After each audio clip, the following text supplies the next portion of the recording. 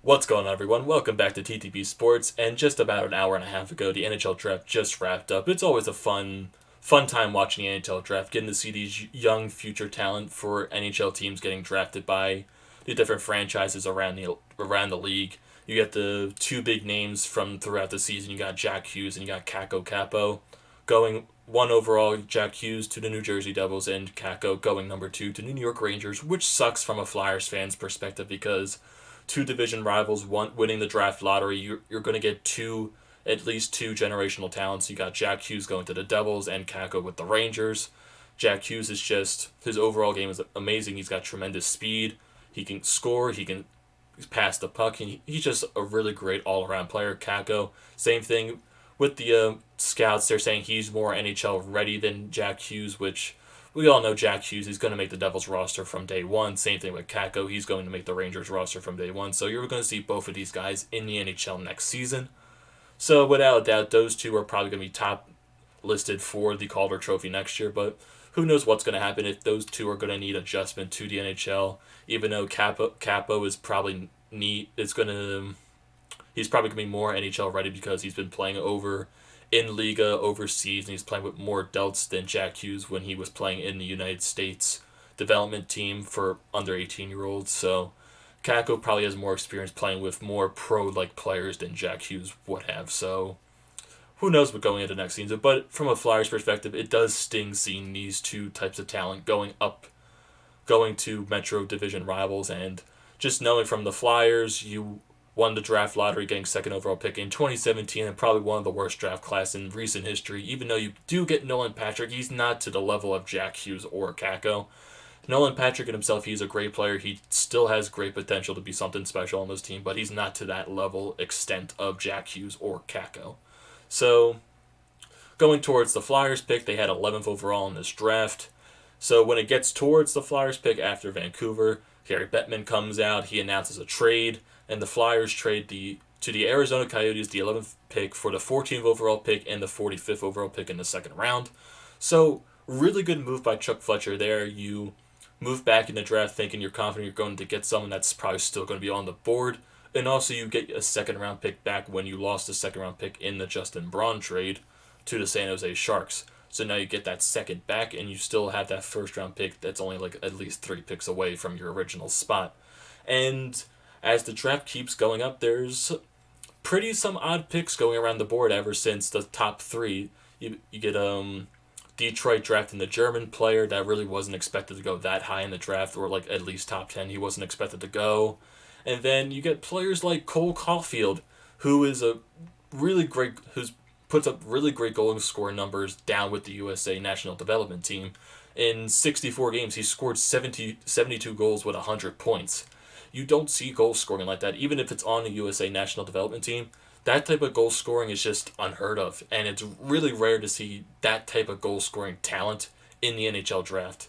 It's really like when you get goal scorers, you don't see them put up that type of numbers. It's really like they transition into the NHL, and their game can transition into a goal scorer's game playing with the right people. But what Cole Caulfield is performing with the USA team, playing with Jack. Yeah, you can also put the argument he was playing with Jack Hughes, but scoring at that kind of rate, that's really unheard of. So, yeah, Cole Caulfield going to the Flyers at the 11th overall pick when the Flyers traded away. But then the Wild, the Florida Panthers, they didn't pick him at all. The Panthers went with the top-ranked goaltender in the draft, Spencer Knight. So the Flyers, they had their chance to draft Cole Caulfield with the 14th overall selection. And Chuck Fletcher goes up there, he announces the Flyers pick from the USA National Development Team, and you just, at the bottom of your heart, you think he's going to say Cole Caulfield, but then he says, Cam York. And I'm sure every Flyer fan watching from that standpoint just went, what? Who? Cam York. And I'm not going to downput great Cam York because in itself, Cam York is a good pick. He's a defensive prospect from the USA National Development Team. He's an all-offensive defenseman. This season in 63 games, he totaled 65 points with around 14 goals, 51 assists for the 65 points. And during the World Juniors, he scored 11 points in 7 games, 4 goals, 7 assists. So it's perfectly known that he is an offensively gifted defenseman. And from scouts, he's a really gifted offensive. He can skate really well. He can be a quarterback on the power play, but his defensive game lacks a little bit. And who does that kind of remind you of? Kind of reminds you of Shane Gostisbehere, because Shane Gostisbehere, he's a really threat offensively on the defensive side, but he does struggle in the defensive zone. Shane Gostisbehere, he quarterbacks our power play, and we all know Shane Gostisbehere, he had a down year last year after having that really strong year a couple seasons ago. So, like, what the thought that went through my mind is that can this mean the end for Shane Gostisbehere in Philadelphia drafting Cam York? But then I also thought in my mind, Cam York, he's committed to the University of Michigan, a really respected organization, to go and play college hockey for a couple of years, because Cam York, he's probably going to at least need 2 years of development in college before he even gets the idea of probably signing his entry level contract. So really, when you think about it, Shane Gostisbehere, it's really unlikely that he's going to be off this team come next season. I really believe that the only way Ghost is gone, if it's a trade that the Flyers cannot refuse, and I really don't see that happening. So when Cam York is ready, we're really going to be seeing really like well-rounded into this organization, because there's going to be a lot of this organization might look a little bit different when Cam York is possibly ready. And Cam York, yeah, he's going to need some time to develop, like I said. So we have time for Cam York, but it just really stings that on the fact that we let Cole Caulfield on the board, and then he goes to the Montreal Canadiens, who had the next pick. So that really stings that he's in your conference too. So it would have stung a little less if he went to the Western Conference, because you'd only see him twice a season. But knowing he goes to a conference opponent in the Montreal Canadiens, and you already Cole Caulfield, like, yeah, maybe his size, because he's only 5'7", maybe his size was what scared a lot of GMs into drafting him. But if you look at the NHL today, there's a lot of small players. There's a lot of players that are under 6 foot playing in this league. A lot of players that are under 6 foot that are all stars in this league. You got Johnny Gaudreau, you got Braden Point, you got Mitch Marner. All these guys are generational talents in this league, and really these short guys, it's a speed and skill game, and a lot of these short guys, they provide that what the game is adapting to right now. And yeah, you can also say that the Stanley Cup Finals this year, there was a lot of speed and skill. There was a lot of big guys. It was heavy hitting and all that stuff. But the league is driving away from that, and that's what the Flyers are really trying to drive away from, that mentality. They're trying to adapt to the speed skill game, and yeah, drafting Cole Caulfield would have really helped that. But the same thing with Cole Caulfield, he probably would have needed the same thing as Cam York, at least 2 or 3 years of development before even reaching the NHL roster. So when I look at this draft pick, I'm looking at this from maybe Chuck Fletcher's perspective to get a little insight on this. Now, with all of our defensive prospects, the high defensive prospects that are up in the NHL right now, which is Provorov, Sanheim, Shane Gostisbehere, Phil Myers, I guess Haig was one of our top defensive prospects, even though he sucks. Really, there wasn't, and also Sam Morin, he's on the roster right now. So, looking at our prospect pool, our best defensive prospect with all of our best ones up in the NHL, it's Mark Friedman, and that's not really good.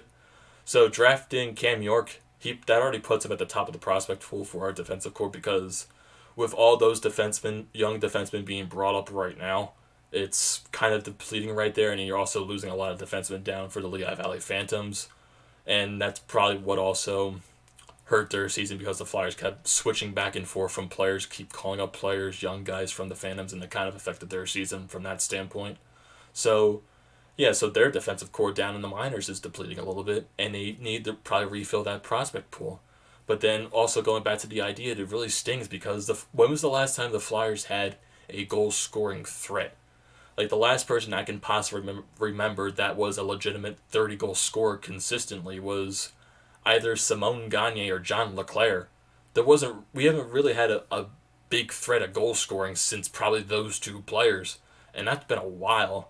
Like, the last guy, yeah, I know Sean Couturier, he's been a 30-goal scorer for the past 2 seasons, but even previously, we had Scott Hartnell score 30 goals once, Claude Giroux has reached the 30-goal mark once, and we really haven't had that guy consistently to reach the 30-mark goal, even possibly reach the 40-mark goal, because that type of goal scoring is just rare to see in the NHL now. And you have guys like Alex Ovechkin, you have guys like Patrick Laine now that can score at least overlap 40 to 50 goals now. And you've got Jeff Skinner, who's wasn't reaching near the 40 goal mark too. It's just that kind of talent in the NHL now is just hard to find, and you had one right there, possibly in Cole Caulfield, and you just left him on the board. And that kind of stings a little bit, and you saw that in the Flyers fan base response on Twitter because everyone was livid. Trust me, I looked on Twitter and everyone, after they saw Cam York, they were like, "This, you make one good move and then you make one idiotic move drafting someone over Cole Caulfield, and a legitimate goal scorer, possibly." So yeah, it's just like I can see it from the fans' perspective because what we needed that goal scorer. We really didn't need to focus on defense because we have a lot of young defensive up in the NHL right now. Most of our probably average defense age from our young guys is under 25, so that's pretty young. Our oldest out of our best defensive prospects is Shane Gostisbehere. He's only 25 years old, 26. So yeah, really, our defense pool is really young, and we probably really didn't need to focus on the defense prospect right now. But that's what the Chuck Fletcher and his staff prioritized. They, instead of going after the best player available, they went after what they thought the team needed in the prospect pool, and they went after the defenseman. And I'm not going to knock Cam York because he is a solid pick if you look off of Cole Caulfield, because Cam York is a solid offensive defenseman. He can, from what scouts say, he can quarterback a power play, and he's just, yeah, his defensive game lacks a little bit, and he has to work on that. But he could be a solid piece when he comes into NHL ready, possibly. He could maybe be a solid piece for this roster moving forward. But then it also, again, you lost a possible maybe goal scorer in Cole Caulfield, which a lot of people compared to Alex DeBrincat of the Chicago Blackhawks. And guess what? The Flyers passed up on Alex DeBrincat in that draft too.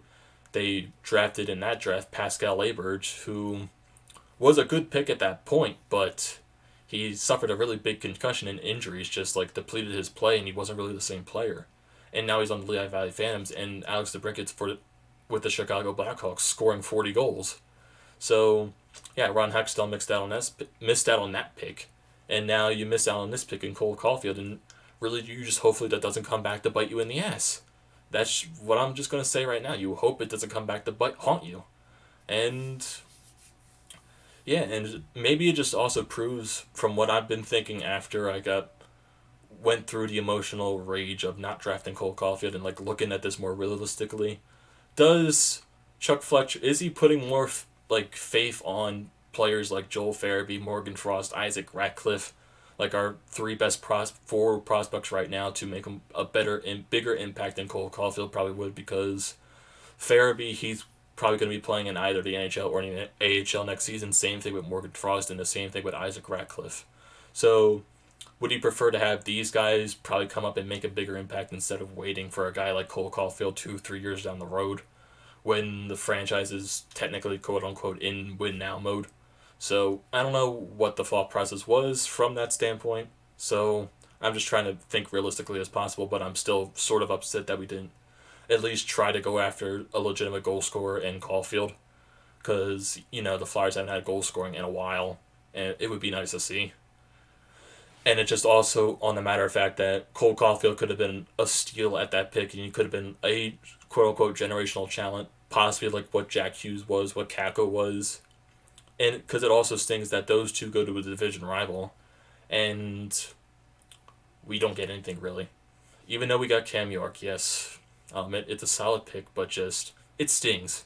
Okay, it just stings, and just the add-on reaction from Twitter, the Flyers fans, they're all pissed off that we didn't draft Cole Caulfield, that we got Cam York instead. But then you got some of the other people that are making some smart points, saying that people got too attached to one player, to the popular choice, which was Cole Caulfield, and we drafted a really solid pick in Cam York, which I do believe that Cam York is a solid pick, but it just stings that we didn't get Caulfield. So, what are your guys' thoughts on the Flyers draft right now? And also, one side note, this reminds us of what the Sixers did last night. They went with the more defensive player over a guy that can shoot. So this is sort of the same deal, in honesty. So, what are your guys' thoughts on this draft? What are you guys' thoughts on the Flyers pick so far? Did you really think they should have drafted Caulfield over York? Probably you're going to say yes. But what do you think this means for the Flyers moving forward? What do you think this means for the upcoming offseason? And what do you think the Flyers are going to do with the draft tomorrow? Because really, honestly, that trade was the only trade of the day. I was really surprised because there was all these speculations that trades were going to be happening throughout this draft, and it just never happened. The Flyers trading away the 11th pick for the 14th and the 45th was the only one. So, do you guys really expect anything to happen tomorrow? So don't forget to leave a comment, don't forget to drop a like, and don't forget to subscribe to the channel, boys, and I will see you in the next video.